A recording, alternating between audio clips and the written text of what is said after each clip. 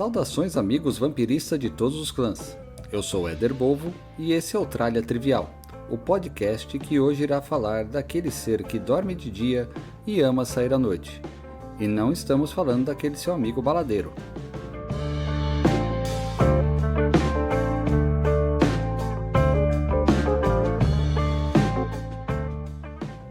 Gente, estou hoje aqui com Gil, bacharel em História pela USP. Diz oi, Gil.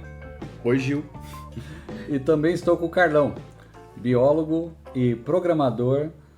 E diz oi pra gente aqui, Carlão. Oi pra gente aqui, Carlão. Hoje a gente vai falar de um tema muito querido pela gente, que são vampiros. O nosso bacharel aqui, o Gil, contará um pouco sobre o vampiro histórico. O nosso biólogo, Carlão, falará um pouco sobre anatomia do bicho. Anatomia e talvez possíveis doenças que confundiram como vampiro na história. Vou começar pelo Gil. Gil, para começar, se apresente. Você formado em História na USP, hoje trabalha no sistema financeiro, mas o que te levou para a área de História? Qual foi tua paixão? O que foi? Por que você está nessa? Cara, Roma. Adoro Roma. Eu fui para a História por causa de História Antiga, adoro cultura greco-latina, então ali foi minha paixão e posteriormente, já fazendo a faculdade, a Brasil Colônia, ou América Portuguesa, como eu prefiro chamar, né? Porque não se chama Brasil antes de existir Brasil. O Brasil só foi existir no século XIX. Antes disso era uma colônia de Portugal. Então eu prefiro América Portuguesa. E vampiros, como surgiu? Isso daí surgiu com os amigos. Primeiro os filmes, isso é óbvio, né? A gente não tem como não esquecer os filmes dos anos 80. E quando veio o RPG elaborado, aí você pira a cabeça. Você pira a cabeça. Por que tal vampiro é de um jeito, tal de outro, mas acho que isso a gente vai falar ao longo do debate. Beleza. Carlão, diga aí. Biólogo e programador. Isso aí. Como que você é um biólogo e programador? Eu comecei a trabalhar com TI. O Gilson sabe muito bem que foi a época que eu conheci ele. Eu tinha uma videolocadora com os meus pais. 1994. Eu montei a videolocadora, né, com os meus pais. E nós amávamos filmes e tudo mais. Eu comecei a trabalhar lá com a minha mãe. Meu pai tinha um outro emprego. Ele tinha o emprego dele, então era um negócio paralelo para ele, mas quem tocava era eu e minha mãe. Foi aí que eu conheci o Gilson e a nossa turma de amigos lá, porque era ali no bairro. E enquanto eu trabalhava na videolocadora, eu comecei a estudar HTML, CSS, JavaScript, comecei a gostar dessa área Aí eu comecei a fazer vários cursos, comecei a estudar várias linguagens de programação também, e quando eu me vi, eu arranjei um emprego para começar a trabalhar, a princípio como web designer e tal. Larguei a videolocadora, minha mãe e meu pai continuou lá e eu fui trabalhar. 10 anos depois que eu já tinha me formado do ensino médio, eu decidi fazer uma faculdade. E aí eu não sabia o que escolher, porque eu pensei, se eu for fazer o que eu trabalho o dia todo e ver a mesma coisa à noite, eu vou ficar maluco. E outra, eu já sei, então não tenho necessidade. Aí eu escolhi biologia porque eu sempre gostei muito de animais e quando eu era criança, tinha uns 4, 5 anos de idade, na verdade eu queria ser arqueólogo. Eu amava e ainda amo dinossauros. E então eu pensei, o que é mais próximo de dinossauros numa faculdade? Biologia. E você não quis fazer paleontologia depois? Pensei em fazer, mas foi tão cansativo trabalhar e estudar ao mesmo tempo que quando eu terminei a faculdade eu falei, chega. E vampiros? Surgiu da onde? Do mesmo lugar que o Gil ou foi da locadora vendo aquele monte de filme de vampiro? Também, eu acho que é uma junção dos dois. Eu tenho a mesma idade que o Gilson, então a gente cresceu praticamente vendo, acredito eu, os mesmos filmes de vampiros, né? E eu sempre gostei de vampiro, de monstros, sempre... Com 5 anos de idade eu adorava dinossauro. Pra mim era fácil gostar de um bicho esquisito, né? Mais tarde. O elo perdido. O elo perdido. Nossa senhora. O Chaka. O Slistax. Nossa, assistia todo dia. Me diz qual criança não gostava de dinossauro na nossa época, né? Não. Acho que nenhuma. Eu tenho até tatuagem de dinossauro. Então. Já que a gente vai falar de vampiros, já pegamos aqui a biologia, a programação e o historiador. Gil, nesse meio histórico, nós sabemos que a palavra vampiro vem ali do sudeste da Europa, tal, Países eslavos, né? países eslavos. Foi século XVI, mas ele já existia no imaginário ou ele veio para substituir alguma coisa? Porque até a Inquisição o problema eram as bruxas, né? Ah, sim, né? Século XVI a gente tem a substituição a partir, né, do século XVI a gente tem a substituição das bruxas e aí começam os vampiros, né? Na Europa, principalmente ali o seu berço de origem, nos países eslavos, né? Que hoje compreenderia Iugoslávia, Croácia, Romênia, né? Ali para situar ali naquela região que a gente diria como leste europeu, né? Há alguns relatos de vampiro no Oriente, mas aí foge totalmente do meu espectro. Não vamos entrar nesses detalhes aí. O vampiro mais conhecido seria o Drácula.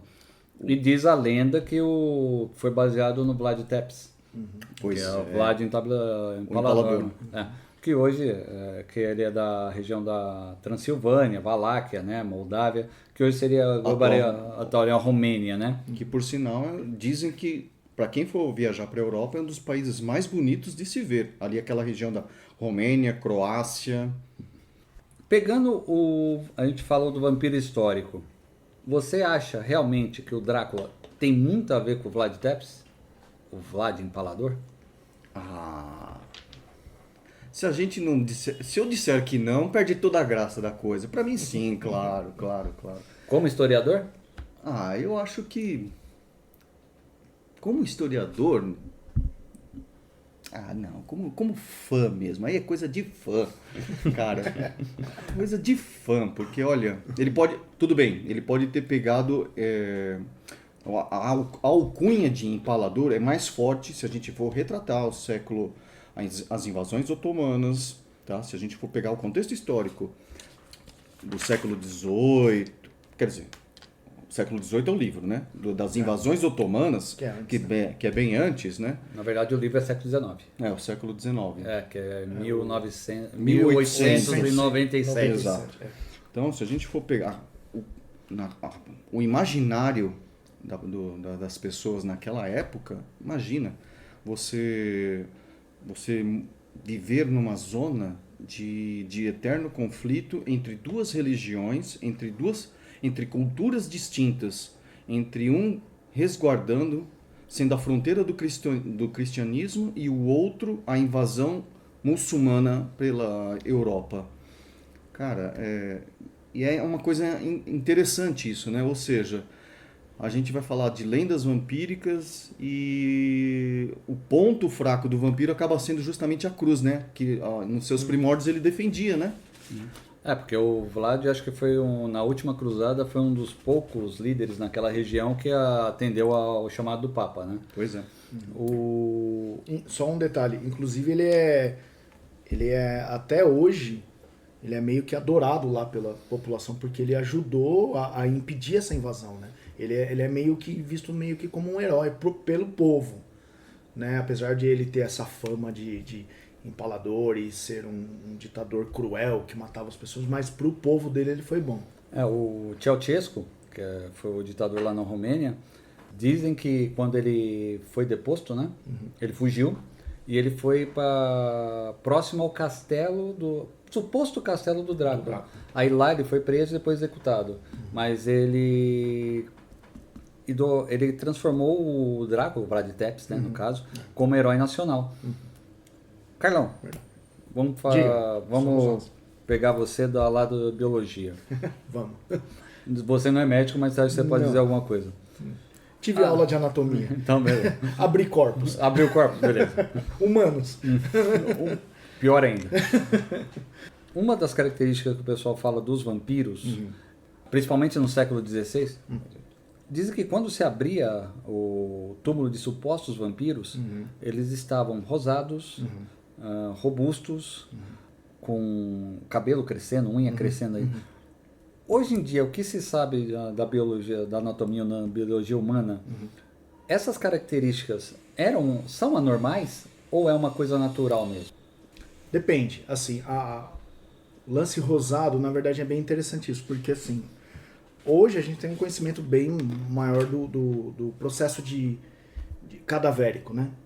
O processo de morte de um ser vivo. Isso não se aplica só ao ser humano, mas especificamente do ser humano, a história de que a unha crescia e o cabelo continuava crescendo, o lance do rosado é muito interessante porque o nosso corpo ele vai formando manchas, dependendo do nosso estado de preservação, tá? Então se o corpo ele tiver bem fechado no caixão, que não tem acesso a nada, ele demora mais nesse processo de decomposição. Então é muito provável que esses primeiros ditos vampiros podem ter sido pessoas confundidas, porque a gente forma manchas de várias cores, principalmente de tons avermelhados. Dentre delas pode ser confundido com o tom de rosa. Então, dependendo do processo, pode dar a aparência de que a aparência é saudável, ele está bem, não sei, ele não está apodrecendo, mas na verdade está. O lance da unha é bem interessante, porque hoje dizem que na verdade a unha não cresce. O que acontece é a redução da pele do dedo, aqui do tecido, na região da cutícula, e vai dando a impressão de que a unha está ficando maior. Então quer dizer, a pele retrai e a unha continua. E a unha continua. Então quando as pessoas dessa época, imagina, século XVI, XVII, que não tem muito conhecimento, ainda mais sendo de vilarejos, sem estudo nenhum, sem nada. Supersticiosos. Abriu aquilo, viu aquilo lá, falou, cara, o cara tá vivo, o cara é um vampiro. A gente falou do Vlad Tepes, tem a lenda de que o túmulo dele foi encontrado vazio, né? Sim. Então por isso que o imaginário popular acabou colocando ele como um vampiro. Uhum. Gil, contos vampíricos. A gente conhece os da língua inglesa, né? Carmila, Drácula, alguma coisa do alemão. Mas a ambientação desses contos no século XVIII e XIX, ele traz alguma superstição para o século XVIII e XIX, ou ele pega alguma superstição ou pega algum imaginário dessa época? É um misto dos dois, tá? Então vamos lá, vamos por partes, como já diria o Jack Explicador, que vamos chegar nele também. A gente tem um primeiro vampiro cruzado que está lutando, que tem uma luta entre cristianismo e os otomanos querendo invadir a Europa. Ponto. Este é a origem, o imaginário da época. Agora a gente tem um vampiro habitando o século das luzes, um vampiro habitando a cidade, o vampiro transitando entre pessoas dentro de uma cidade industrial, e a cidade industrial referência na época é a Inglaterra. Uhum. Então você tem este vampiro agora, um vampiro lendário circulando. Olha a dicotomia, antes era um vampiro guerreiro numa planície, em lutas, espada, e agora você tem um vampiro transitando entre toda a modernidade de uma cidade industrial como a Inglaterra. E aí, entrando, a gente vai falar até sobre o Jack Estripador, né? Porque vai pegar esse contexto.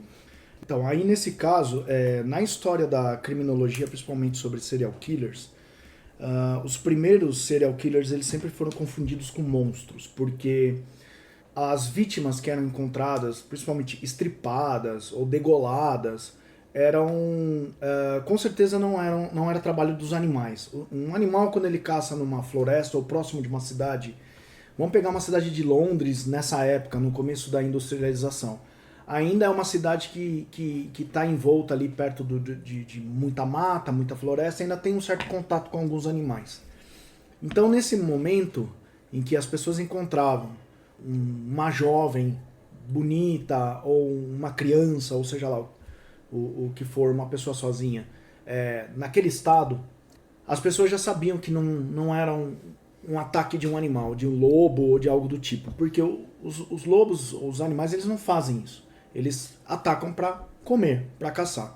Então, geralmente, eles comem as vísceras, que são as partes mais nutritivas, né, dos animais, e não deixam o corpo exposto e vão embora. Então, o que aconteceu? Junto com o que o Gilson falou, já trazendo aquela superstição, aquela lenda do vampiro antigo, as pessoas começaram a assimilar essa lenda antiga com esses casos de assassinatos Brutais. brutais, isso, que aconteciam nas cidades. E eles não sabiam explicar. Então, qual era a explicação?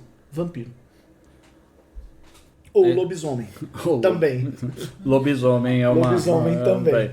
Eu lembrei agora, você trabalhou locadora, um lobisomem americano em Londres. O filme é fantástico. Eu acho que é o melhor. É o melhor filme de lobisomem até lobisomem. hoje. Já que falamos de cinema, filmes de vampiro. Você sabe que a gente sabe que a primeira versão do Drácula pro cinema foi uma versão não autorizada, que foi o Nosferatu, lá do expressionismo alemão, 1922, 22, que é a do Murnau. Tem uma versão bonita agora que fiz, não aquela de 79, que eu falo que aquela de 79 para mim parece filme nacional. Eu tava assistindo esses dias, eu tava esperando o Tarcísio Meira aparecer no filme. Nossa senhora. É sério, velho. Nossa, é muito filme nacional aqui.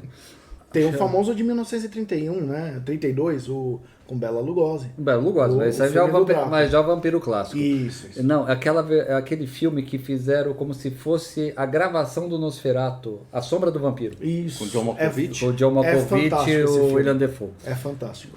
Quem não assistiu, assiste, é bom pra caramba. É fantástico. O vampiro, ele entrou no imaginário popular a partir do Drácula. Nosferatu, o primeiro filme, versão do Drácula, que tanto é que teve um processo, porque ele foi gravado à revelia dos herdeiros. Por isso que ele teve que mudar o nome e mudou pra Nosferatu. Bela Lugosi, década de 30, fez aquele vampiro clássico, o mordomo estiloso. Christopher Lee, década de 50, 60, Peter Cushing e o Van Helsing. Isso.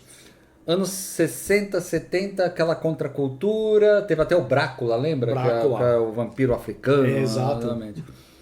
Vamos nos fixar no que a gente conhece. Anos 80. Hora do Espanto, Garotos Perdidos, The Lost Boys.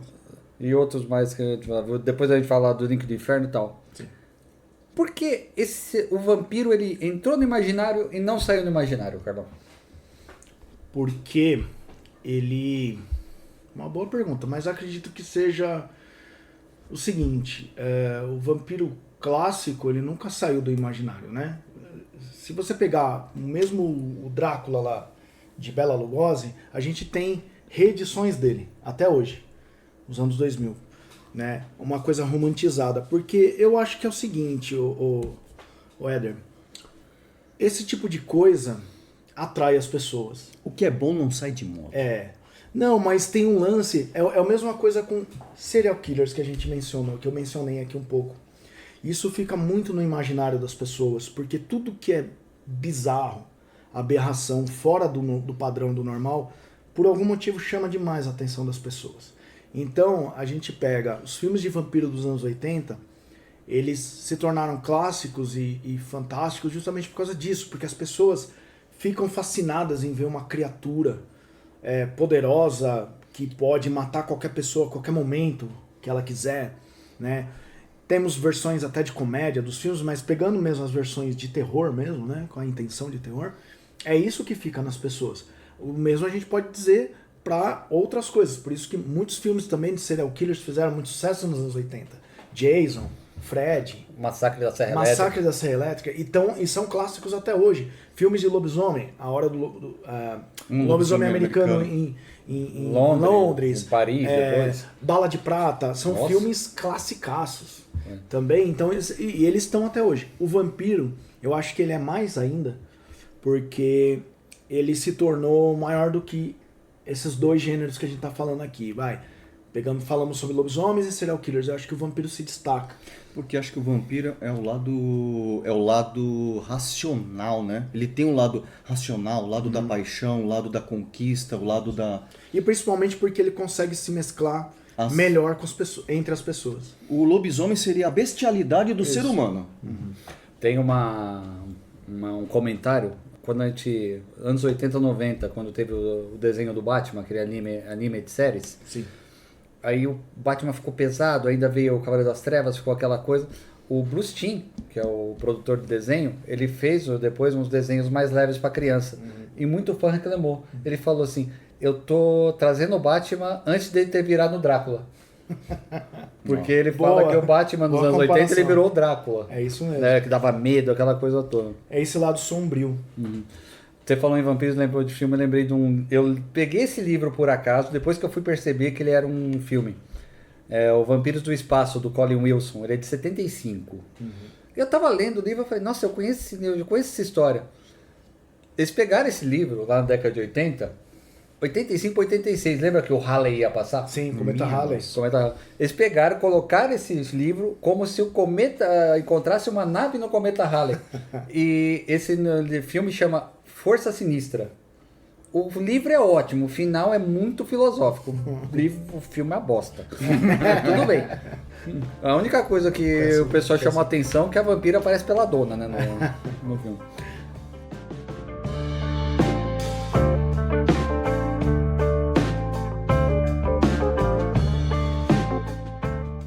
Como a gente falou, o vampiro entrou no imaginário. O público, ele assistia os filmes de vampiro, ele lia os livros de vampiro. Pergunta: quando o fã do vampiro decidiu, eu quero ser um vampiro, aí apareceu o quê? O RPG, né? Não só o RPG, uma cultura toda em volta disso.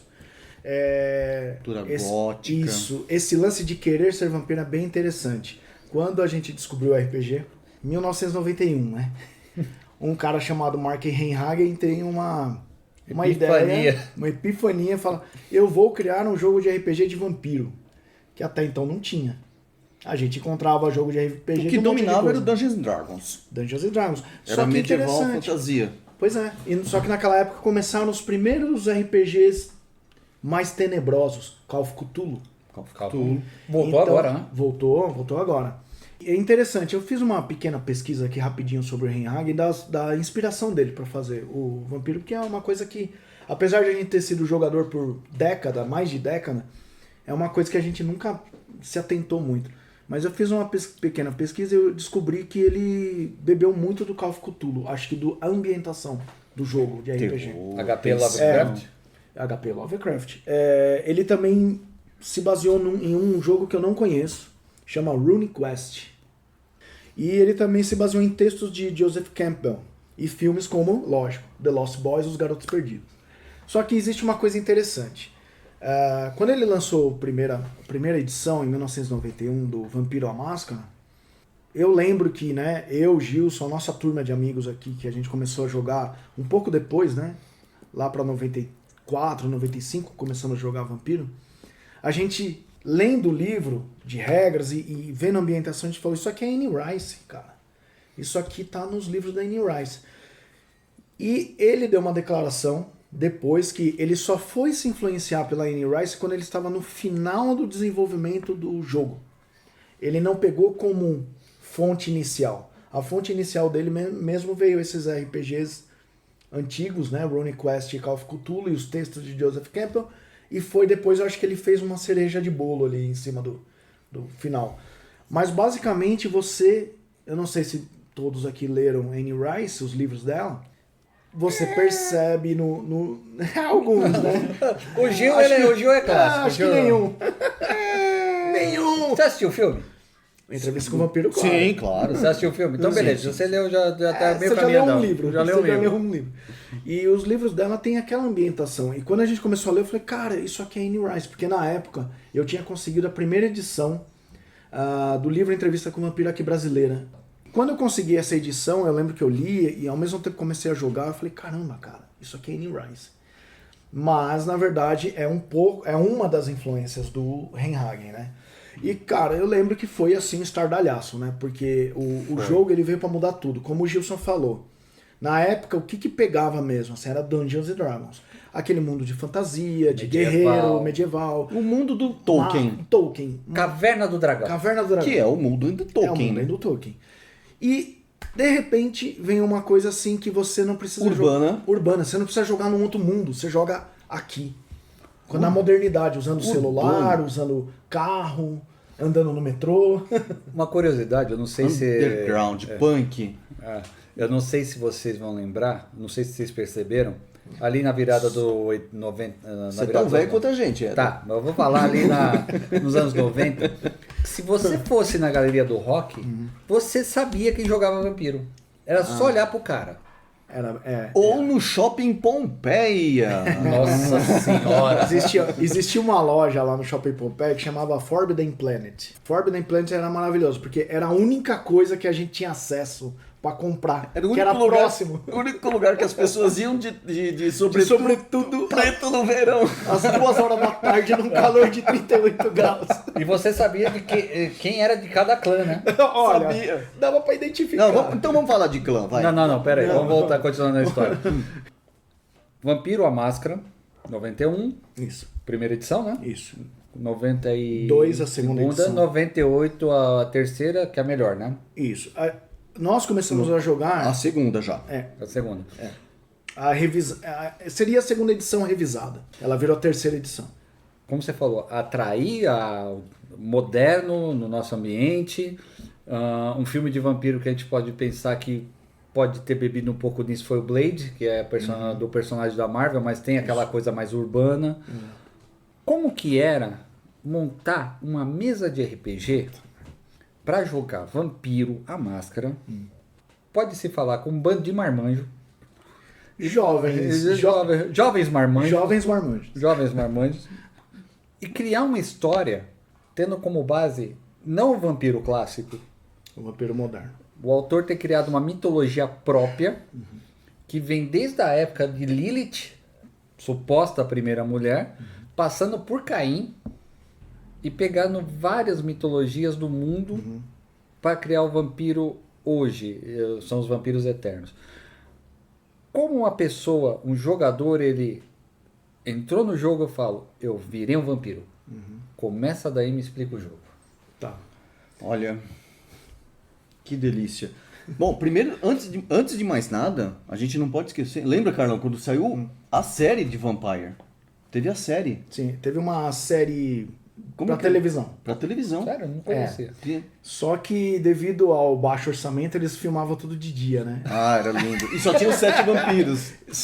E eram só 7 vampiros na cidade. É a música do Léo Jaime, né? As 7 vampiras. As 7 vampiros, bem isso. Mas vamos... Mas voltando à sua pergunta, vai lá. Era muito fácil reunir uma turma naquela época. Era fácil. As regras não era aquele compilado de regras do Dungeons Dragons. Exato. Não era. Aí você fala, você não tinha problema com a adaptação de ambiente. Ah, você está numa planície deserta, que tem dragões, que tem elfos. Não, você está na cidade. Você está na cidade. Aí você começou. Quando a gente pegou esses livros, quando a gente começou a explorar o universo. Não, primeiro quando começou a pegar e abrir o livro. Vamos o início do início. Não, estou sabendo de um livro, Vampire, quando você começou a folhear e começou a pegar eu tive essa impressão, falei, meu, é conto atual, você pode trabalhar com a Nova York de agora, com as questões políticas de agora, porque tudo isso você vai ambientalizar em Vampire. Se você tá jogando, ambientalizando o jogo na costa oeste americana, é de um jeito, da costa leste é do outro. Na região dos Grandes Lagos é de um jeito. Se você trabalhar com vampiros da Europa, é outro jeito. Cara, você tem N possibilidades de fazer do mesmo jogo ambientações diferentes. Aí você pega o livro, uma narrativa linda, uma ambientação incrível. Ok, vou folhear o livro. É um prazer você olhar as gravuras do livro. Você já se ambientaliza só das gravuras. Aí você vai para o texto. Aí você vai para o principal. Como jogar isso. E o como jogar era simples. Eu acho que o que foi incrível começa assim. Você vai ler o livro, na parte de regras, a primeira coisa que fala assim, a regra de ouro. Eu achei isso fantástico. E eu falei assim, isso mudou todo o conceito de RPG daqui pra frente. E qual era a regra de ouro? A regra de ouro é o seguinte, você não está satisfeito com aquela regra, o seu grupo de jogo não concordou com isso, vocês podem mudar, vocês têm total autonomia. É um sistema aberto? Quase. Ele segue um sistema de regras, porém, ele não é rígido, estrito, como era Advanced Dungeons & Dragons, ou pior ainda, GURPS. GURPS acabou, cara, é daquele jeito e não tem conversa. Você faz teste para tudo, modificador de velocidade, modificador de terreno, modificador de tudo. Vampire não tem nada disso. Modificador é o seguinte, é a sua cabeça. Por exemplo, você é o narrador da história. E isso que é uma coisa interessante. Outro conceito que eu achei fantástico. Até então existia um mestre. Né? Os mestres eram os caras que narravam as histórias de RPG. Principalmente Dungeons & Dragons, ou fosse o que fosse. No conceito de Vampiro, a Máscara, não existe mestre. Existe o narrador. Ele está narrando uma história e os jogadores, eles são os personagens que interpretam. É como... Veio para mim um conceito de teatro verdadeiro. Vamos comparar o vampiro clássico com o vampiro da máscara. Tá. Vampiro clássico é um morto-vivo, continua sendo? Continua. Precisa de sangue. Precisa. Continua. Por quê? No caso do Vampiro à Máscara, é uma maldição que foi passada para o Caim. E ele é o pai de todos os vampiros na mitologia de Vampiro à Máscara. No livro do Nod, né? Isso, essa informação veio no livro de Nod. Mas A parte bonita é essa. A parte jogável é o seu ponto de vida. Ele tem os filhos dele, que é o personagem que ele transforma em vampiro. Isso. Como Sua ele linhagem. transforma a linhagem, como ele transforma em vampiro. Ele é igual ao clássico? Então, É na o verdade... sugar, é o então, sugar e dá... Lembra a cena Mas clássica eu da acho mina? Que o Drácula, Sim, ele ele passa dá a unha no sangue. peito e a Ele mina dá sangue. começa a lamber. E isso tá... Isso, é isso mesmo. Só que isso é mais forte ainda nos livros da Anne Rice. Entendi. É que seria o beijo, né? É o beijo. Tá. E o que seria o Renfield pro Drácula? No Máscara, quem seria o Renfield? Como seriam os servos deles? Como é essa dominação? São os lacaios. É parecido com o filme, com o livro do Bram Stoker. Basicamente são pessoas humanas que bebem o sangue do vampiro e elas se tornam ligadas a esse vampiro. Não só bebe o sangue, viu? Através até mesmo do uso constante de uma disciplina lá, a presença, Sim. torna a pessoa tão fascinada por aquele vampiro Que ela que ela acaba fazendo qualquer coisa por fazendo ele. qualquer coisa por Ela ele. se torna lacaio. Só que o verdadeiro chamado no jogo, você tem os carniçais. Os carniçais são aqueles que Carniçais. bebem sangue do vampiro. E a partir do momento que ele bebe sangue do vampiro, ele se torna praticamente um lacaio para sempre. Ele bebe o sangue, tá? Vamos deixar frisar isso. Mas o ele vampiro não é um vampiro. O vampiro não suga o sangue dele. Isso. Seria por acaso comparado, como você falou, da criminologia, aquelas pessoas fanáticas por serial killers que acabam seguindo ele por causa do fascínio pelo serial killer?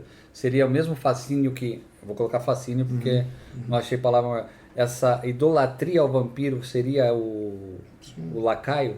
Pode ser. Pode-se dizer isso sim, porque é fácil você imaginar o seguinte: se vampiros existissem de verdade e eles tivessem todo esse poder, toda essa capacidade que tem nos livros, nos filmes, nos jogos de RPG, quantas pessoas não seriam fascinadas em seguir um vampiro desse? Agora eu vou contrariar o Carlão. Vamos lá. Na minha opinião, os lacaios são justamente os títeres, os manipulados pelo vampiro. Ou seja, são pessoas que ele precisa, e às vezes ele vai fazer de tudo para aquela pessoa fazer determinados serviços para ele, ou ser o representante dele, etc. E não necessariamente essa pessoa vai ter uma atração, mas ele vai... O que a gente fazia muito jogando, né? Eu preciso de um lacaio na política. Então, jogando Vampire, ambientalizando Vampire, você já tinha a ideia que os grandes figurões da política já eram lacaios dos grandes figurões vampíricos. Sim. Você ia pegar os mais baixos. Você ia pegar o mais baixo, o assessor. Vou dar aqui um exemplo, de um dos clãs do vampiro, que é o Nosferatu. O Nosferatu, ele não vai pegar o deputado fodão. Ele vai pegar, sabe quem? O Nosferatu? O taxista, o manobrista, o assessor de elevador, porque o Nosferatu vai trabalhar com informação. Ele vai pegar todas aquelas pessoas que são deixadas de lado no jogo. E é isso o gostoso de jogar o Nosferatu. Ele vai pegar as pessoas despercebidas na sociedade e vai transformá-las em seus olhos e ouvidos do dia. Sim. Você falou agora, eu lembrei de uma parte do Poderoso Chefão do livro, do Mário Puzo. o Capone fala assim, não importa quantos juízes eu tenho no bolso, mas sim quantos assistentes de juízes eu tenho. Sim. Porque os juízes, eles podem até mudar, até se aposentar, por exemplo. Mas se você tem aquela leva embaixo estrutura, dele, né? você tem controle da estrutura, exatamente. E existe uma coisa interessante. O Gilson tocou aí no ponto de um dos clãs, né, de vampiro, que a gente ainda vai falar. O conceito de lacaio no jogo, ou de carniçal, ele não é só humano. Não? Não. Muitos vampiros têm Nosferatu. carniçais que são animais. Eu comecei a jogar a máscara hoje. Tá. Eu virei um vampiro. Tá. O que me define que eu sou de um clã? Tá. E qual clã? E o que são clãs? Ok. Começa aí. Vamos primeiro. Ok, o que é o vamos lá. clã? O que é o clã e qual que você vai ser. Então Exato. vamos lá. Uma coisa que o Mark Henhagen fez, que ele foi muito inteligente, muito esperto, ele pensou, eu vou fazer um jogo de vampiro, mas e aí? Todo mundo vai ser vampiro e pronto, e acabou? Ele pensou, não, eu vou dividir. Eu vou separar esses vampiros em grupos. Criou a sementinha da discórdia. E aí cada grupo, ele deu um nome, ele usou o nome de clã. Cada um vai ser pertencente a um tipo de clã. E o que é isso? Bom, os clãs de vampiros, se a gente pegar lá a história, a mitologia do Vampiro à Máscara, que depois é bem detalhada no livro de Nod, na primeira edição ele não fala muito disso. Ele fala que existem 7 vampiros, 7 clãs de vampiros diferentes. Ele detalha esses 7 clãs, cada um com uma característica diferente. Descendentes de vampiros muito poderosos. Muito poderosos. E para por aí. Ele cita Caim, tanto que o nome Cainita é muito usado pelos vampiros até mais antigos. Eles não falam vampiros, eu não sou um vampiro, eu sou um Cainita. Eu sou um filho de Caim. E aí o que aconteceu? Ele teve essa grande ideia, eu vou dividir por quê? Porque eu vou conseguir pegar as lendas de vampiros espalhadas no mundo, porque Exato. nós temos vários locais. Você tem lá da região da Eslováquia, aí você tem o vampiro da época da Revolução Industrial, que você pega Londres, a época de Jack Estripador e tudo mais, que já vem as lendas de vampiros modernos. Então o que ele fez? Ele Vampiro pegou... sedutor. Exato. E ele pegou também um pouco de lendas de regiões como, por exemplo, a região da Pérsia. Eu peguei o Oriente Médio. Oriente Médio. Então o que ele fez? Ele falou, peraí, eu vou reunir tudo isso e eu vou fazer tudo vampiro, só que eles vão ser diferentes. Eles vão ter culturas diferentes, poderes diferentes e fraquezas diferentes. Então ele foi extremamente inteligente e hábil. E aí o que acontece? Para você jogar com alguém, a pessoa não conhece nada, sentou numa mesa hoje e quer jogar Vampiro à Máscara. Se a gente pegar, né, estamos falando aqui terceira edição, da primeira até a terceira, que depois teve mudanças. O narrador, ele vai contar um pouco da história e ele vai falar, olha, existe esses 7 clãs de vampiro, leia. Geralmente é assim. Você fez uma pergunta interessante. O que vai determinar qual é o meu clã? Sabe o que vai acontecer? Você vai ler os 7 e tenho certeza que pelo menos, no mínimo, um deles você vai falar, putz grilo, isso aqui sou eu. Porque são as personalidades. Exatamente. E aí você vai escolher aquele clã, e geralmente o primeiro clã que você escolhe num jogo de RPG é uma pessoa que está começando a jogar hoje. Nós que somos jogadores experientes, a gente já percebeu isso. É meio que a essência A daquela personalidade da pessoa. É isso aí. Carlão, quais são os clãs do vampiro? Então vamos lá. Nós temos os Assamitas, Bruhá, seguidores de Sete, Gangrel ou Gangrel. Na verdade, os Cappadocian, que deram origem aos Giovanni, mas os primeiros são os Cappadocians.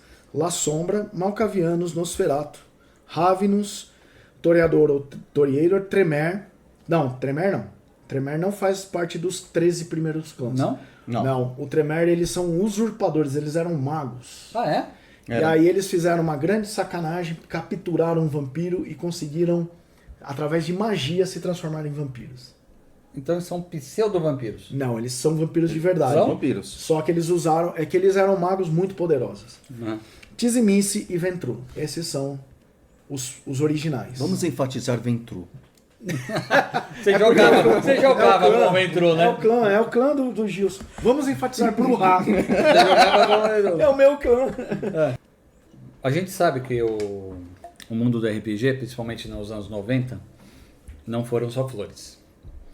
Foi uma cultura que veio dos anos 70 com o Gygax, né? Com o Gary D&D. Gygax. passou pelos anos 80, sofreu uma censura grande lá nos Estados Unidos, com alguns casos. Aqui no Brasil também. Temos 2 casos emblemáticos aqui no Brasil, um envolvendo o Vampiro à Máscara, que foi um no Espírito Santo, tanto é que você vai pro Espírito Santo, você fala que joga RPG, os caras... Até hoje isso é mal visto, porque teve o caso do assassinato da família lá, mas descobriram depois que a molecada era doida mesmo. Não tinha nada a ver. E teve um caso em Minas, de um assassinato num cemitério, Isso.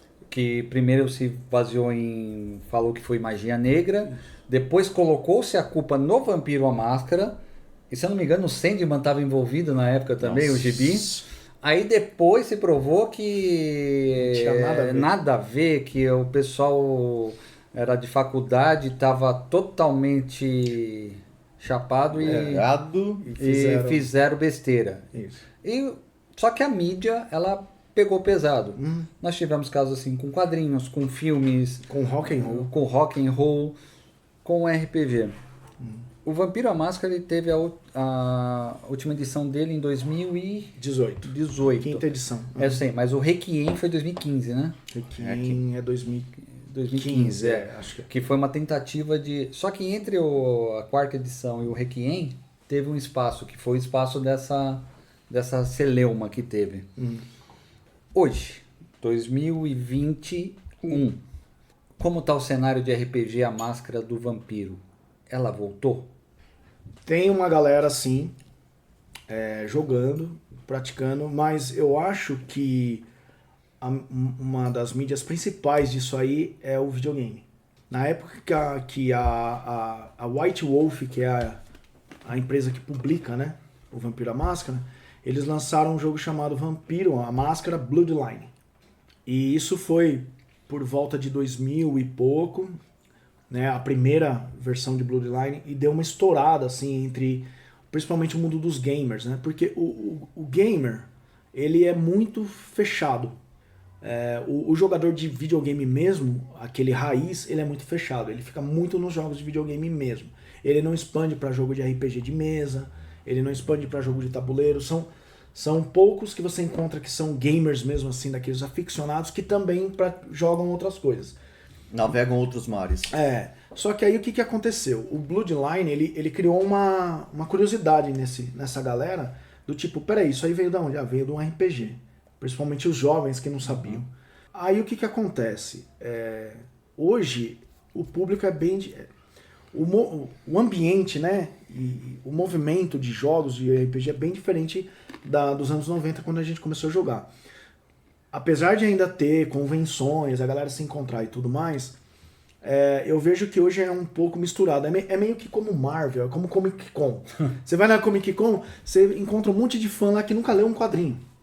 Mas ele assistiu todos os filmes, né, de super-heróis. E ele tem camisetas, ele conhece os atores e tal, mas se você falar de um quadrinho dos anos 50, 60 pra ele é alienígena, ele não vai conseguir entender. Então, assim, eu acho que o RPG hoje ele tá meio misturado com games também. Então, tanto que assim, eu já conheci gente que fala assim, não sei o que lá, eu jogo RPG. Legal, você joga, que RPG você joga? Aí ele fala o nome de um jogo de videogame. Aí eu falo assim, tá, você joga aquele tipo de jogo que interage com todo mundo, que tem várias classificações como MMO, etc. Não, mas jogo de mesa, eu tô falando, jogo de RPG de livro. Não, isso eu nunca joguei. Sabe o que eu acho? Eu tenho uma questão ao contrário, assim, né? O pessoal de hoje que joga, ele tá no movimento inverso da época minha e do Carlão. Eu e o Carlão crescemos ouvindo The Cure, Black Sabbath, que mais? Joy Division. Não, mas essas bandas que a gente tocava quando eu queria... Era o Black Sabbath, The Cure. O... Sister of Mercy? Sister of Mercy. A gente ouvia nossas sessões de jogo completamente. The Mission. Six and the Benches. Essas bandas góticas dos anos 80. Bandas góticas. E quando o Carlão tá falando aí do Bloodlines, eu acho que o movimento foi inverso. Ou seja, as músicas do videogame, do jogo para PC são ótimas. Tem uma música que se chama Isolate, do Kiasmi.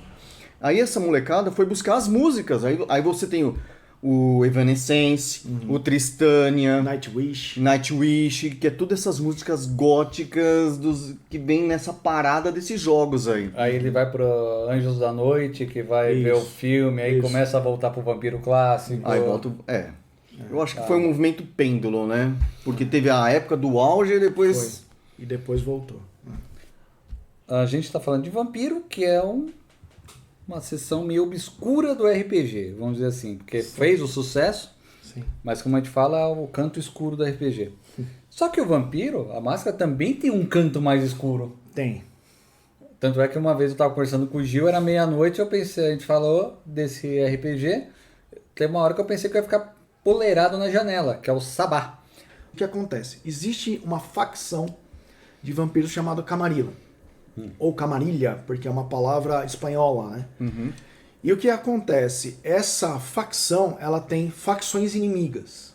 E a principal delas é o Sabá, que é uma facção de os mesmos clãs de vampiros, os mesmos não, porque a Camarilha só são 7. No Sabá você já encontra todos os outros clãs, inclusive linhagens de vampiros. E o que acontece? A Camarilla, ela, por ser um grupo principalmente dominado por vampiros mais antigos, eles que dominam, o que acontece? Praticamente todos os jovens eles se tornam, sem o conhecimento, peões desses vampiros mais antigos. Ou, como está no livro, neófitos. É uma... Assim que você é abraçado... Sim, mas é uma classificação de idade. Porque existe essa classificação lá também. Então, o neófito é um vampiro que ele é, desde que ele foi transformado em vampiro, que é o abraço que a gente chama, que é dito no jogo, até 100 anos. Aí ele vira um Antila. Aí ele vira um Antila, que é de 100 a 500 anos. A partir de 500 anos ele vira um ancião. E a partir de 1000 anos ele é um Matusalém. Então são essas classificações, independente do clã dele. Então você pode ter um Matusalém malcaviano, Matusalém ventru, etc. Com 1 milhão de anos é um dinossauro. Não, 1 milhão de anos é um antediluviano, que é o pai dos clãs. Não, mas digamos lá, vai. Indo pra Gênesis, quantos anos tem Gênesis? Não pergunta, velho. Não é Caim, meu amigo, Caim. De acordo com a Bíblia, são 6 mil anos só. Então não vou entrar nisso, não. E aí nós temos o Sabá, né? O que aconteceu? Até então, nós jogávamos com Camarilla, e o interessante da Camarilla é que é o seguinte, como são só 7 clãs, de uma certa forma, no início do jogo, o jogador ele se empolga com aquilo, e chega um momento que você vai querer jogar com 7 clãs, porque cada um é muito diferente. Você fala, nossa, agora eu quero interpretar um Ventru. Nossa, agora eu quero interpretar um Nosferatu. Mas você pode mudar de clã assim? Não. Tipo, migrar? Não, o seu personagem tem que morrer e você tem que montar um outro. Né? Ou você deixar ele na gaveta e falar assim, olha, vamos fazer uma outra história e eu quero jogar com outro personagem de outro clã. Era muito comum entre a gente. Porque a gente queria jogar com todos. E aí, depois de um tempo que você está jogando, no nosso caso nós jogamos mais de 12 anos juntos, chega uma hora que enjoa. Você fala assim, eu já conheço os 7 clãs, eu quero algo mais. O Mark Henhagen, né, então, lançou um livro chamado O Sabá, sobre essa facção inimiga da Camarilla, e aquilo foi o nosso segundo mind-blowing, o nosso segundo explosão mental. A primeira foi quando a gente descobriu o vampiro. Começamos a jogar mais ou menos 94, 95. Não, 94. E aí a nossa turma mesmo se consolidou, nosso grupo de jogo, a partir de 98, 97, 98. Porque até então tinha uns transeuntes, vinham jogadores que eram... Os vampiros largados. Que vinham, mas aí não levava a sério. Literalmente os Gengron. Aí você falava, domingo que vem tem jogo, o cara não aparecia. Então, eu vou entrar nesse assunto que é bem interessante também sobre o jogo de RPG. E aí, quando a gente descobriu o Sabá, foi a segunda explosão. A gente falou, meu Deus, aqui tem 13 clãs. O Sabá tem 13 clãs. Então a gente falou, a gente não precisa jogar mais com 7. E além do que? Aqueles 7, que é da Camarilla, que estão no Sabá, eles são diferentes. Então seriam mais 7 diferentes, somando os outros, um total de 13. Então a gente pirou. E outro motivo para pirar é que na Camarilla, meio que é cada um por si, eu vou me juntar com... Eu sou um Ventru, aí eu tô me juntando com um Brujá, porque a gente tem alguma coisa em comum que precisa, uma história... Aí vem aquela coisinha, vou falar assim, chutando muito barraco, assim, chutando muito balde, aquela coisa de unir personagens ao estilo D&D. Sabá não. Amigo, você vai ser amigo, vai ser... Não, o que acontece é o seguinte, a Camarilla é muita intriga. E o ambiente do jogo é intriga. Então, na verdade, assim, a Camarilla só existe porque ela é forçada a existir. Os 7 clãs só estão juntos por segurança. Por necessidade. Por necessidade. Eles não estão juntos porque eles querem estar juntos. Então, isso é o que o Gilson falou. Isso se aplica ao jogo. Dentro do RPG, a Camarilla é inimiga do Sabá e o Sabá é inimiga do Camarilla, certo? Só que os dois têm um inimigo comum, que seriam os humanos? Não necessariamente. Pontos de vista diferentes. Não. Os vampiros, eles são muito superiores aos humanos no jogo. E os caçadores? Eles são ínfimos, assim, porque poucos caçadores têm o nível de conhecimento, porque é uma sociedade secreta, né? Por isso que o nome é a Máscara. Carlão, tem um inimigo comum dos dois que são os lobisomens. Isso, aí sim. Aí Os sim. lobisomens são inimigos Os comuns dos Garou. dois. Os Garou. Na verdade, existem mais facções de vampiros. Existe uma terceira chamada Os Anarquistas. Eles não fazem parte nem da Camarilla, nem do Sabá. E é assim, eles Uma vivem... sociedade alternativa. Isso, eles vivem num estado literalmente anárquico, onde não existe realmente a hierarquia estruturada e rígida.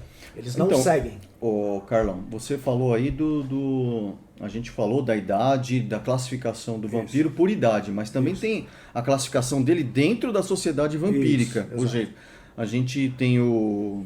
Eu acho que é mais fácil começar de cima, até para lembrar. Numa cidade da Camarilla, quem manda é o príncipe. E aí vem o Justicar, certo? Não, o Justicar está acima do príncipe. A Camarilla tem uma estrutura bem organizada, até mais do que o Sabá, né? O Sabá também é uma hierarquia organizada.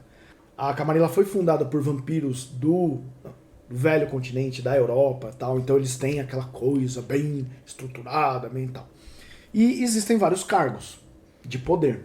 Numa cidade específica, o que o Gilson falou tá certo. O cara mais poderoso da cidade é o príncipe. E esse título, esse nome desse título, ele se aplica tanto a homem ou mulher. Então não se fala que tem uma princesa. Ela é um príncipe. Então um príncipe é só um nome, mas pode ser do gênero feminino ou masculino de qualquer clã. Tá? Não importa o clã também. Né? Geralmente a grande maioria é dos Ventruc. Bom, eles são os mais poderosos na parte da dominação de controle dos vampiros. E são os cabeças da Camarilla. Isso, são. E aí o que acontece? Começa com o príncipe. Depois do príncipe vem a sua primigênia. A primogênio, na verdade, que é chamada. A primigênia, né, na verdade, são um conselho de vampiros antigos que trabalham junto com o príncipe. Eles são seus conselheiros. E geralmente o próximo príncipe que vai surgir vai vir dessa nata aí. A partir disso você vai descendo, vai tendo outras coisas. Por exemplo, tem o xerife. O xerife da cidade como o nome diz xerife, ele é uma força de segurança. Ele é o líder da força de segurança da cidade. Então é como se ele controlasse a polícia vampírica, digamos assim. Abaixo do xerife tem os seus ajudantes, que são chamados de chicotes. Os chicotes, eles são auxiliares ali. São os caras mais brutos mesmo, né? Os caras da porrada, digamos assim. Dentro dessa hierarquia, tem espaço para o vampiro clássico? Por exemplo, você falou que o Nosferatu é um clã. É um clã, isso. Então não é um personagem. Não. E nosso querido Drácula, ele é um personagem? É. Ele tem uma função dentro da máscara? Ou ele foi esquecido? Ele é um personagem, mas ele é um personagem lendário. Ele não faz parte disso. Por quê? Ele é um vampiro muito antigo. E aí é interessante, porque na história de Vampiro à Máscara, esses vampiros muito antigos, muito poderosos, são os vampiros que a gente diz não jogáveis. São NPCs, Non-Player Characters. Por que isso? Porque um jogador, a ideia legal do jogo é um jogador jogar com um personagem jovem, um neófito, como o Gilson falou, fraquinho, que está conhecendo a sociedade ainda, que ele está no meio da bagunça, da lambança. Mas vamos dizer que eu, como personagem, como um Doriador, ou como um Nosferatu, ou como um Brujá, no meio da história eu encontro o Drácula. O Drácula. Qual É a possível. função dele no jogo? Bom, especificamente o Drácula? O Drácula, ele mesmo. O Drácula ele faz parte do clã Tzimice. Ele é um vampiro do clã Tzimice. O clã Tzimice é um clã que não faz parte da Camarilla, para começar. Então, se você for um vampiro da Camarilla, eu diria que você está mais ou menos em maus lençóis, né? Entendi. Porque é muito fácil ele não ir muito com a tua cara. Entendi. Começa por aí. Mas é uma coisa interessante, porque no nosso jogo a gente consegue usar esses personagens famosos da literatura, da história de vampiro tal, de vampiros, principalmente ou tendo pequenas interações, já aconteceu, ou basicamente assim, olha, o Drácula está na cidade, para botar aquele terror, aquele medo, alguma coisa do tipo, entendeu? Mas não é uma coisa muito comum de se fazer. Inclusive, o próprio Mark Henriag no livro ele diz, olha, evitem usar esses caras tão famosos. Que é apelação. Que é apelação. É apelação. Você não tem chance contra um cara desse, ele é muito poderoso. Você falou em vampiros famosos, eu lembrei de duas, Carmila e Elizabeth Bathory, que foi considerada uma vampira. Sim. E isso me leva a uma pergunta. Meninas jogando Vampiro à Máscara. Como elas se adaptavam ao meio? E isso eu tô falando lá nos anos 90, não tô falando agora. Não agora. Cara, posso te dizer que o ambiente nerd ou geek, que hoje tem esse nome, na época a gente... A gente era não existia, CDF não. mesmo, velho. Não, a gente era jogador de RPG. Jogador de RPG que gostava de música, de rock. Acabou. Acabou. Muito poucas. Existiam muito poucas. É como o mundo gamer antigo também. Quem jogava muito videogame, você via muito homem jogando videogame. Quadrinhos. Muito moleque lendo revista de quadrinhos, eu via poucas meninas. E isso hoje é diferente, né? Deixa eu só fazer um parênteses, Carlão. Pode fazer. A gente falou sobre lobisomens e era engraçado que tem uma tribo, assim como vampiros têm clãs, os lobisomens têm tribos. E uma das tribos de lobisomens eram as Fúrias Negras. Que eram umas amazonas. Que eram tribos de lobisomens mulheres. E você não via menina jogando. Eu mesmo, e eu gostava muito de jogar lobisomem com esta tribo. Continua. Então era isso. A gente, olha, sinceramente, a gente participou, a gente foi em alguns eventos. Inclusive existia um bar na Bela Vista, no famoso Bexiga, que o pessoal se reunia para jogar à noite, de madrugada. Eu não vou lembrar o nome do bar, infelizmente, mas ele ficava perto daquele bar Alcatraz. É um bar famoso ali chamado Alcatraz. E do lado dele tinha esse barzinho, era um botequinho, mais boteco mesmo. Você chegava lá e teve uma noite assim que eu fiquei abismado. Eu entrei lá, até então bar normal, tocando rock, todo mundo curtindo e tal. Eu desci pro subsolo do bar, várias mesas e vários jogadores de RPG. Isso era 11 da noite, meia-noite, 1 da manhã, e a galera virava até 5, 6 da manhã. Você me fez lembrar um caso, eu e minha esposa fomos pro Espírito Santo, que a família dela é de lá, e a gente joga board game, né? Não. A gente joga junto também, a gente sabe como que é. Lá a gente dificilmente acha uma loja. A gente encontrou uma na internet e fomos. Tamerna Geek chamava. E ainda engraçado, foi eu, minha esposa, a gente na faixa dos 40, minha cunhada e o namorado dela na época. Então, toda ali na faixa dos 40, pra começar você tinha que apertar a campainha. Você apertou. A hora que veio... E era uma loja comum. O moleque abriu a porta. No que ele abriu a porta, perguntou: pois não? A gente viu que vocês vendem board game e tal, aquelas coisas. Dá pra vender? Entra aí. A gente entrou, aquela molecada jogando Magic e RPG. Como eu te falei, no Espírito Santo é mal visto. Todo mundo parou pra olhar pra gente. Quando a gente chegou no balcão, falou: a gente tá querendo comprar o Carcassonne, aí o pessoal voltou a jogar. Mano, eu vou falar. O pai de alguém chegou. É mais ou menos isso. A polícia tá batendo aqui. Não, é por isso que eu falo. Quando você vai para um Os lugar investigadores. que fala que vai comprar um jogo, fala que você vai comprar um board game. Não fala que você vai comprar RPG lá, que senão você é mal visto. Interessante isso, né? Não, é mal visto até hoje. Então. Muito mal visto. Ficou muito estereotipado. Ficou essa coisa ruim. Mas a gente passou um pouco por isso também, né? A maioria que eu lembro assim, dos nossos pais ou pessoas mais velhas que vinham a gente jogar, não é que a gente sofreu um grande preconceito, mas eles falavam: não, esse pessoal é meio doido, né?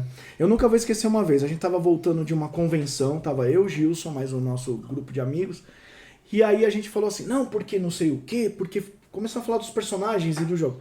Fulano pegou, enfiou a mão, arrancou o coração, isso dentro do ônibus. E eu nunca vou esquecer da gente falar isso assim, super empolgado, a gente tinha 20 e poucos anos. Olhamos do lado assim, umas senhoras assim, com os olhos desse tamanho, estarrecidos assim, tipo... Nossa, esses caras são assassinos, esses caras são loucos, eles são psicopatas. Mas vamos lembrar vamos lembrar os anos 90, assim, vamos falar dessa cultura bem nicho mesmo. RPG a máscara. Sandman.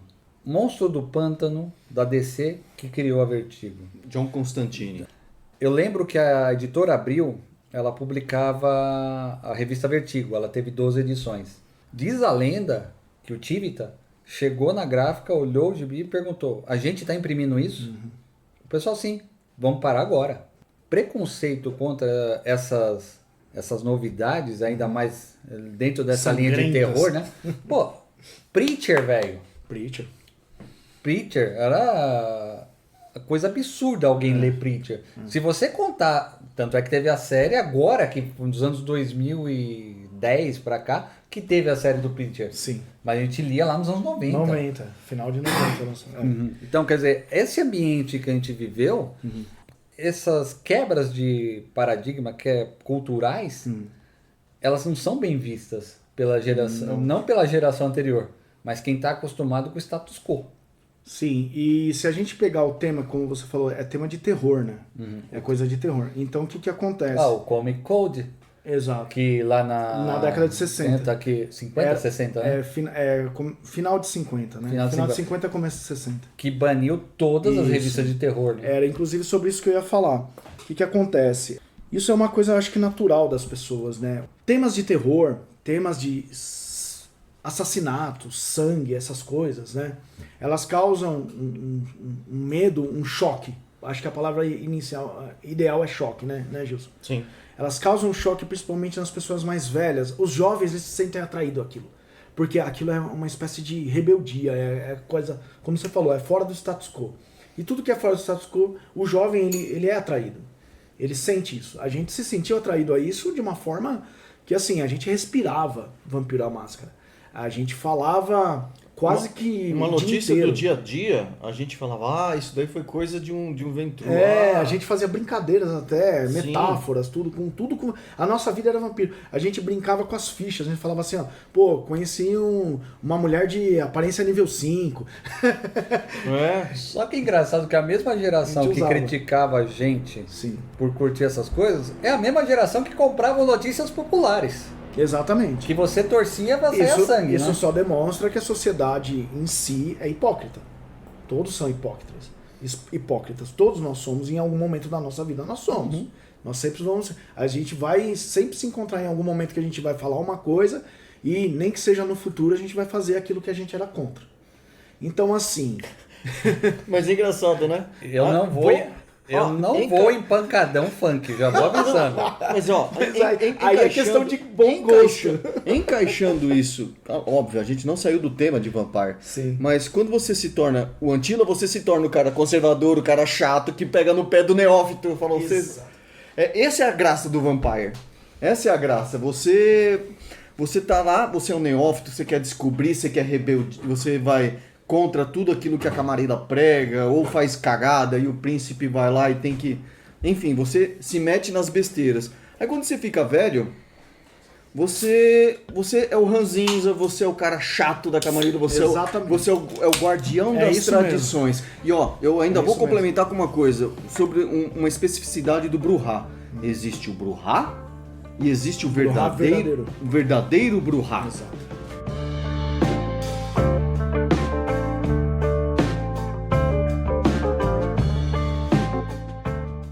Tá, vamos fazer uma brincadeira aqui. A gente nem falou dos clãs preferidos. Não, deixa os clãs, agora já foi. Eu falei que o meu clã preferido é o Ventru? Já falou.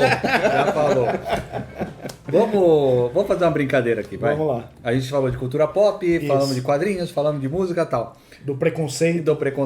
Mas vamos brincar uma coisa. Vamos imaginar certas pessoas de fama mundial. Tá. Se eles fossem um vampiro, quais seriam? Eu vou começar por um legal, que eu tenho até um amigo meu que ele vai estar aqui. Moretti, abraço. Ele é fã do cara pra caramba. Ele tem quadros e quadros dele. Se o Elvis fosse um vampiro, qual seria? Elvis Presley. Olha, Ele quebra o paradigma. ele é um quebrador de paradigmas, mas ele era um dos... Eu considero Foi. ele um dos maiores artistas da história. Tá, mas se ele Tori- fosse um vampiro, Eu acho que ele seria ou Bruhá ou Torieiro. Michael Jackson.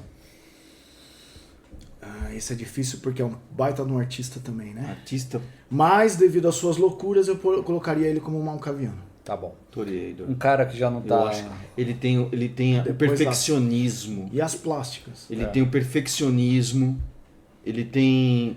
Eu acho que o Fred Mercury era mais Torieiro do que o... Eu acho que os Eu dois... ia citar ele agora. Não, o Acho Fred que o Mercury, Fred- o Fred Mercury não tem porquê mais não. do que o Michael Jackson, porque o Michael Jackson, ele sempre teve muito problema, muita perturbação, né? Desde pequeno. Mas isso, vamos colocar dentro da máscara. Sim, Vamos dentro do colocar Vampiro dentro da Máscara. vamos colocar dentro de Vampire. Sim. O vampiro, não, ele tem as suas, inclusive as suas demências, as suas, ai caramba, Peculiaridades. exato, e Defeitos. perturbações e defeitos. E nada impede que um Toreador também tenha uma perturbação. Não, com certeza. Então eu acho Com que o certeza. Michael Jackson, por ser perfeccionista, por ter um timbre de voz, por ter sucesso e fama, presença, ele seria um Toreador. Rainha dos Condenados. Vamos lá. Quem Outro. David Bowie. Rapaz. Rapaz, esse é difícil. Olha, o Bowie não era um cara tão perturbado, ele era um cara visionário. Ele era Bruhá. um visionário. Bruhá, porque o Bruhá tem o dos visionários. Pode Bruhá. ser um Bruhá antigo. Ele é um Bruhá Bruhá quebrador antigo. de paradigma. Ele Eu é acho que ele seria um Bruhá. Como que a gente tá no mundo da música? Toca Raul Seixas. Raulzito. Raul é malcaviano. Malcaviano. Eu acho que é? que sim, malcaviano. Malcaviano. Por quê? Porque porque assim, outra o visão clã dos de mundo. malcavianos, ele é mal interpretado, ele é visto como clã de loucos, mas ele também é visto como clã de sábios. E eu acho que o Raul, como ele dizia, eu sou um maluco, beleza. E realmente, ele era você pega as letras e as ideias dele, E o modo de vida. e o modo de vida, ele era um cara muito, muito inteligente, muito esperto, ele via à frente. Quando ele falava, ele já falava de ambiente, de proteger ambiente, quando ele falava que, cara, maconha é uma erva, para com isso, não é uma droga. Ele falava isso na década de final de 60, começo de 70, uma época que ninguém falava disso. Então eu acho que ele era um visionário, eu coloco ele como um malcaviano. Tá bom. Agora eu vou mudar de estilo. Eu vou colocar pra outra Jeff linha. Bezos, Não. um ventru. Não, Jeff Bezos ou Ventru?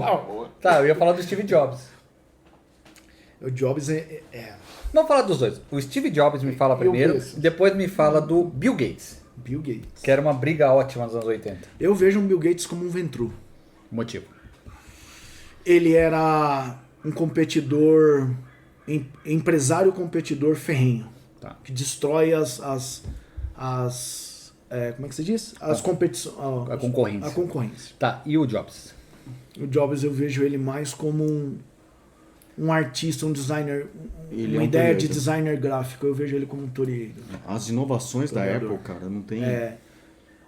A Microsoft nunca foi tão inovadora quanto a Apple, mas a Microsoft sempre foi a dominante no mundo. Ela era mais negociante do que Exato. criadora. Exato. Agora é pra encerrar essa brincadeira, porque eu vou zoar. Lá vem. Tenho até medo. Roberto Carlos. Nossa. Roberto Carlos. O rei. Cara, Você vai me dizer que ele é da estirpe do Drácula, né? Porque ele é o rei. ele é o rei. Não, tô zoando, Aí tá nossa. Eu tô zoando.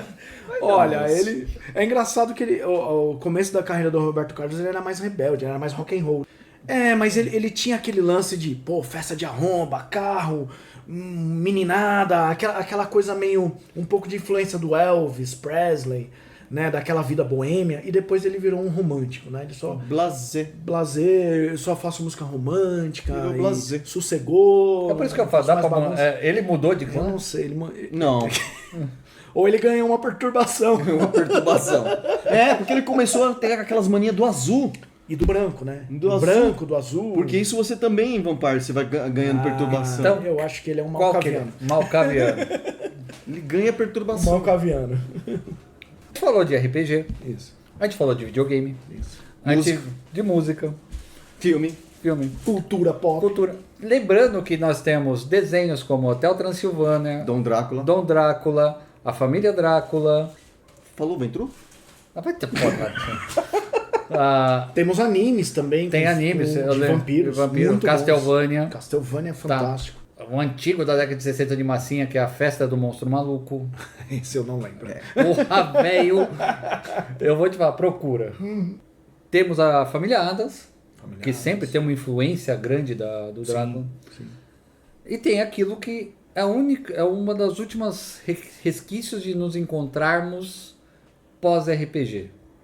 Jogos Que de é uma tabuleiro. coisa mais popular. Jogos de tabuleiro, os famosos board games. Conheço dois, se eu lembrar mais algum, você me lembra, que é o Fury of Drácula, que é tipo Uma uma adaptação do Interpol pro Drácula. Com a temática do livro de Bram Stoker. Perfeita. E o Nosferatu, que é um party game, vai. Isso. Tem algum outro que eu esqueci agora? Dos famosos, eu acho que são só, infelizmente, esses dois mesmo. Mas, O Underground. mas com certeza tem vários outros jogos. Mas, por exemplo, tem um jogo da própria White Wolf, que foi lançado em 2019, É, verdade. que é um jogo de vampiro. A máscara se baseia no vampiro, Vendetta, mas... né? É Vendetta, isso. Gente, eu achei eu vi a capa, eu achei horrível.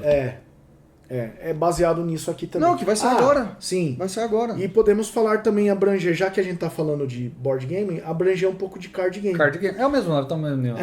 Eles são primos, são irmãos. São primos. Só não é o Magic. Só não é o Magic. Então, em 1994, nós tivemos a primeira brincadeira da White Wolf com essa mídia que não tinha nada a ver com o jogo de tabuleiro, o jogo de RPG mesmo, de mesa. Que foi Vampiro, né? A máscara, mas se chamava The Eternal Struggle. É colecionável, né? Colecionável. E a Jihad, que é da mesma época. E aí o que acontece? Era um jogo de carta, né?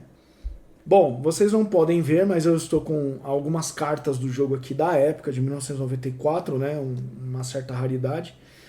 E foi uma coisa muito legal, porque assim, saía um pouco fora do jogo, né? Às vezes a gente tava cansado de interpretar, porque uma coisa que a gente não falou, mas o jogo, ele exige muito das pessoas na interpretação. É um jogo mental, é uma coisa mental né, constante. Às vezes a gente fazia jogos de 8, 10, 12 horas direto, só parando para ir no banheiro ou almoçar. E o bom do jogo de tabuleiro e de carta é que é mais simples, você não tem que pensar tanto, você senta, se diverte com os amigos com a mesma temática. Então o que acontece? Interessante que essa temática de vampiro, ela não é tão forte no jogo de tabuleiro e de cartas, né? E de card games. Ela é mais forte no jogo de RPG e em outras culturas, em outras mídias. Mas o detalhe é que o board game, ele, desde Catan, que foi o revival, né, dos board games, nos anos 2000 teve aquelas temáticas. Zumbi, Walking Dead, que foi influente, que foi o Zombicide, e depois os Vikings. E Vampiros, parece que ele perdeu ele saiu da moda nessa época. Lembrando o Fury of Drácula que a gente jogou. Já joguei algumas O engraçado do Fury of Drácula é que quem leu o livro ou assistiu o filme lá do Bram Stoker, ele entende melhor o jogo. Com certeza. Você escolhe melhor o personagem, você sabe trabalhar melhor o personagem. Porque ele é um dos poucos jogos onde o tema casou. Sim. Ele é bem fiel ao livro do Bram Stoker. Diferente do Poderoso Chefão, que eu odiei. Não. Para. Infelizmente, Vamos falar não. de jogo. Vamos falar de jogo de tabuleiro. Não tem nada a ver com a temática. Mas né? assim, o jogo Fala Fury nisso- of Drácula, o Fury of Drácula, na minha opinião, assim, ele ficou excelente. Hoje eu vejo as cartas, hoje eu vejo a mecânica, hoje eu vejo a forma de jogar, é totalmente imersivo. Alguns o consideram um Ameritrash. Pode ser um Ameritrash? É um euro? Tanto, não sei. Mas eu o coloco como um jogo, assim, um jogo 8.5, na minha opinião, assim, que você se diverte, você entra no jogo, entra no clima do jogo, sabe? Mas não é pra todo mundo. Não é pra todo mundo. Não. Porque é um jogo de dedução, é um jogo parado, é um jogo Ele tem um clima do livro. Ele tem o clima do livro. Tem pessoas que vão achar monótono porque você não vai... Eu não tô achando o Drácula, você tá roubando, você não passou por aqui. Você não faz muitas ações. Você não faz muitas ações, tá? Sim. Mas ele é um jogo para quem curtiu o livro, para quem curte o filme, para quem gosta dessa coisa parada, de pesquisar, de juntar a trilha do assassino. É uma coisa demorada. Mas tem uma coisa interessante que o Eder falou. Eu acho que a temática de vampiro não pegou nos board games simplesmente porque, como você citou, os board games eles modernos, eles meio que explodiram e se renovaram, se ressuscitaram. Nos últimos 10 anos. Nos últimos anos aí. Principalmente, 10 anos, né? De 2010 pra cá, assim, uma coisa que começou a crescer exponencialmente. E você vê, não temos nada de 2010 pra cá com a temática de vampiro que seja tão grande, que explodiu. Se o Vampiro à Máscara tivesse sido lançado em 2010 e não em 1991, né, 10 anos depois, eu acho que hoje a gente teria muito mais jogos com a temática. Éder e Carlão, mas assim, eu acho que a temática vampírica, ela é fechada em si. Por isso que ela assim, é como um romance, cara. Diferente de um zumbi que é dinâmico. O zumbi é dinâmico, o lobisomem, ele também tá nessa pegada, tanto que o vampiro casa bem com filmes. Ele vai. Você vê a quantidade de filmes que tem de zumbi, tirando o The Walking Dead. Séries também, né? Lançaram Vampire Diaries e tem outras séries. Então, o vampiro tem essa coisa parada, romântica. E você também não vê jogos de videogame tanto de... Você tem o Castlevania. Depois me fala outro que eu não conheço. O Bloodlines que a gente mencionou. E o Bloodlines, que é que é da marca registrada White Wolf, que é dono da máscara. Baseado no Mas os jogos em si, você não vê tanto. Então eu acho que é um nicho do nicho.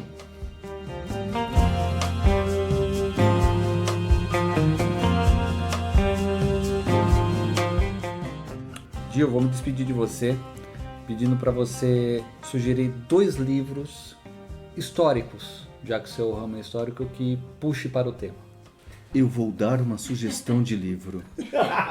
Maomé e Carlos Magno, de Henri Pirenne, tá? O impacto do Islã sobre a civilização europeia. Ou seja, aqui você vai ter a base daquela coisa do Drácula histórico, do Drácula vampírico, que depois a gente vai entrar...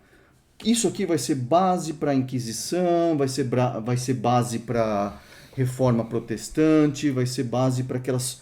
que a gente comentou aqui, de subdivisões de vampiros em Sabá e Camarilla. Tem outro? Livros sobre a Revolução Industrial também são recomendados. Beleza. Carlão. Sim. Você, biólogo e também programador. Jogos de videogame. Jogos de videogame. Bom, não dá pra não falar de Castlevania, né? O Castlevania é considerado até hoje... E tem várias versões, né? Tem versão atual dele também. É considerado até hoje o jogo principal com a temática de vampiro, porque é o Drácula, né? Que é o grande inimigo da história. Mas não é legal que durante a aventura não tem só o Drácula, tem o filho dele, o Alucard, que aparece também. Então, esse jogo é totalmente recomendável. Outro que eu recomendo, a White Wolf, ela tá lançando uma nova versão desse jogo que ela lançou lá nos anos 2000, que é a Bloodline. É um jogo muito legal. Esse é totalmente o RPG, porque tem os clãs, você pode escolher montar um personagem de um determinado clã e jogar a história. Então eu recomendo esses 2. Bem, eu vou deixar para vocês 2 sugestões aqui de quadrinhos. Eu sugiro, para quem gosta de heróis, Batman Chuva Rubra. É da década de 90, é um puta de um quadrinho. Ele é uma trilogia, mas compensa a primeira parte. As outras 2 é mais difícil de achar, mas a primeira parte é muito boa. E o segundo, também no tema vampírico, Blood. Foi lançado agora há pouco tempo, acho que é 1 ano e pouco atrás, pela Pipoca Nanquim. Linda a edição, a história é muito boa e eu sugiro sim, porque é muito gostoso de ler. Beleza. Gil, Carlão, obrigado.